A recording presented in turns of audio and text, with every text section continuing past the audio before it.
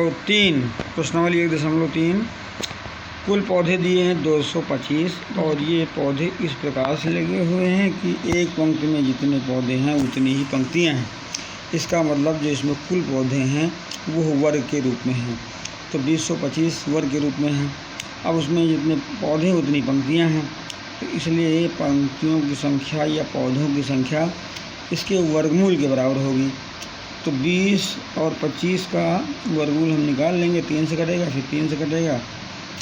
इस प्रकार से जब इसके हम गुणनखंड करेंगे, गुणनखंड करना तो आप लोग जानते ही हैं, तो ये 3 गुणे 3 गुणे 3 गुणे 3 गुणे 5 गुणे 5, इस प्रकार से ये 3 आ गया। वर्गमूल लेंगे जोड़े में से एक ये 3 आएगा, एक ये 5 आएगा। 3 तो 9 5 45। इस प्रकार से ये पता चला कि 45 पौधे जो हैं एक लाइन में लगेंगे और 45 ही लाइनें होंगी, पंक्तियाँ होंगी। ठीक। अब सवाल नंबर 5वां जो है, सबसे छोटी छोटी संख्या ज्ञात करना है जो 6 9 15 और 6 9 15 से पूर्णतः विभाजित हो जाए और वर्ग भी हो। तो 6 9 और 15 से विभाजित संख्या होगी वह इसका लासा होगी। तो सर्वप्रथम इसका हम लासा निकालते हैं। 6 9 15 3 से भाग करेंगे, 2 3 5 आएगा, फिर 3 से कटेगा, फिर 2 से कटेगा, फिर 5 से कटेगा। इस प्रकार से इसके गुणनखंड हो जाएंगे 3 गुणे 3 गुणे 2 गुणे 5। अब ये संख्या वर्ग होनी चाहिए, संख्या वर्ग नहीं है, तो इसके जोड़े बनाते हैं। 3 का वर्ग जोड़ा है, 2 और 5 का जोड़ा नहीं है, तो 2 और 5 के जोड़े को मिला देते हैं, गुणा कर देते हैं। तो इस प्रकार से 3 गुणे 3 गुणे 2 गुणे 5 गुणे 2 गुणे 5 जोड़ा पूरा कर लेने पर यह 900 इसका वर्गमूल ये वर्ग आ जाएगा। तो ये उत्तर हो जाएगा 900।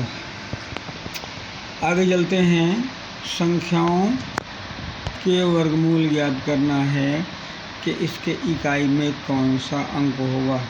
तो 1764। अब ये कोई संख्या है, ये वर्ग है, तो इसके इकाई में क्या होगा, इसके इकाई में 2 या 8 होगा, क्योंकि 2 कवर करेंगे तो 2 4 इकाई मिलती है, 8 कवर करेंगे 8 64 इकाई मिलती है।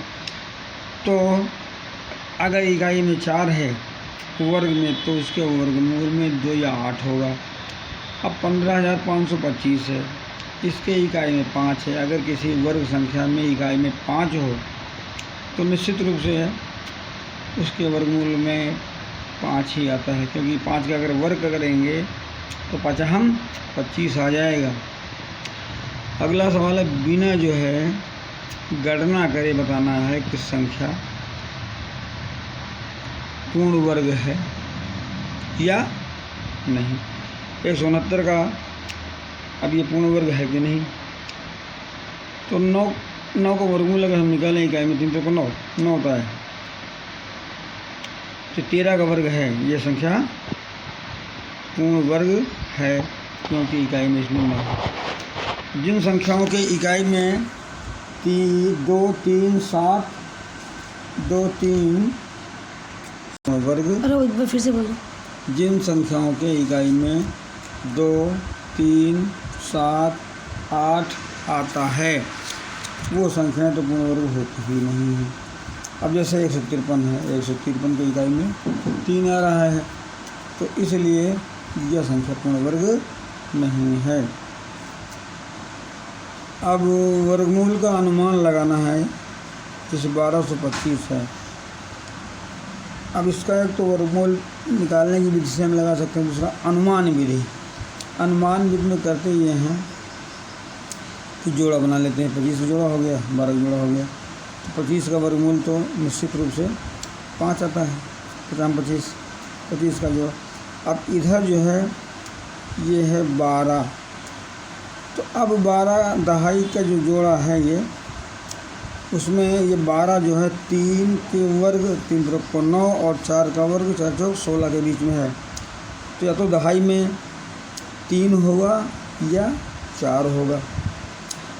तो अगर हम 3 मान लेते हैं दहाई में, तो संख्या आएगी 35। तो 30 का वर्ग भी करेंगे तो 30 का वर्ग होता है 900।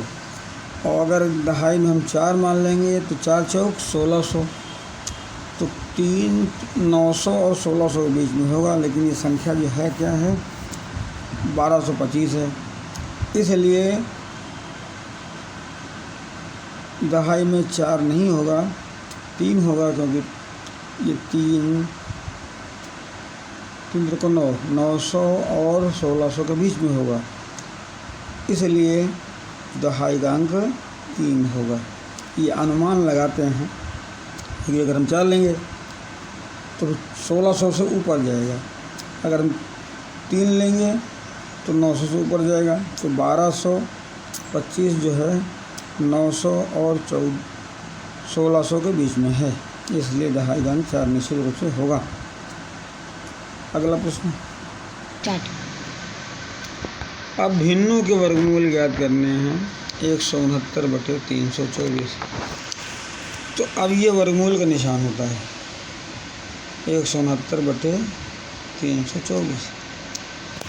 तरीका वही है, अंश का अंश में वर्गमूल निकाल लो, हर का हर में, और निकालने का तरीका वही है। इसका 13 गुणे 13 2 खंड हो जाएंगे, नीचे वाले खंड हो जाएंगे 18 गुणे 18। ऊपर का वर्गमूल हो जाएगा 13, नीचे हो जाएगा 18। अब 0.16। अब ये कोई संख्या है, इसका वर्गमूल निकालना है, तो वर्गमूल ये निशान लगा दिया गया। वर्गमूल निकालने के लिए इसको क्या करेंगे, दशमलव हटाएंगे, इसका दशमलव हटा देंगे, तो दशमलव के दाहिनी ओर 2 अंक हैं, 100 से भाग कर देंगे तो ये हो जाएगी 16/100, दशमलव हट जाएगा। ऊपर का गुणनखंड करेंगे 4 गुणे 4 आएगा, नीचे 10 गुणे 10 आएगा। वर्गमूल निकालेंगे, जोड़े में से 1 बाहर आएगा, तो ऊपर हो जाएगा 4, नीचे हो जाएगा 10, 4/10। फिर 4 को 10 से भाग करेंगे तो 0.4 आ जाएगा। ये अगला सवाल है, समकोण त्रिभुज में कर्ण की लंबाई 13 दी हुई है, एक भुजा 12 दी है, और आपको दूसरी भुजा बतानी है। तो जो पाइथागोरस प्रमेय होती है, समकोण त्रिभुज में कर्ण पर बना हुआ वर्ग शेष 2 भुजाओं पर बने हुए वर्गों के योग के बराबर होता है, अर्थात कर्ण का वर्ग बराबर आधार का वर्ग धन लंब का वर्ग। कर्ण का मान हम रख देंगे 15 दिया हुआ है, बराबर आधार का मान 14 दिया है, लंब निकालना है, तो उसको हल करेंगे। 15 का वर्ग 13 है, 13 हम 169, और ये दिया हुआ 12 का वर्ग 12 बराबर 144, पक्षांतर करेंगे तो लंब का वर्ग आपका आ जाएगा 25। अब इसका वर्गमूल निकालेंगे तो 25 का वर्गमूल 5। इस प्रकार से लंब भुजा हो जाएगी 5। ये इसका हो गया आंसर।